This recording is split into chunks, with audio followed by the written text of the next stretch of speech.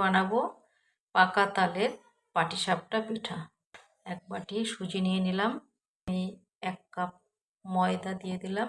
ছোট 1 বাটি গুঁড়ো দুধ দিয়ে দিলাম। এর মধ্যে তালটা আমি আগে চিনি দিয়ে জাল করে রেখেছিলাম কিছুটা পরিমাণে। আমি জল দিয়ে এটাকে ফেটিয়ে নেব। তালটা জাল করার সময় অল্প চিনি দিয়েছিলাম, তার জন্য এখন আমি আবার কিছুটা চিনি দিয়ে দিচ্ছি। আর দিয়ে দিচ্ছি একটু স্বাদ মতো লবণ। কড়াইতে অল্প একটু ঘি দিয়ে দিলাম, তালটা দিয়ে দিলাম, চিনিটা দিয়ে দিলাম, 200 গ্রাম মতো ছানা দিয়ে দেবো। এখন এখানে আমি কিছুটা গুঁড়ো দুধ দিয়ে দেবো। গরম হয়ে গেছে, এবার একটু তেল ব্রাশ করে নেব।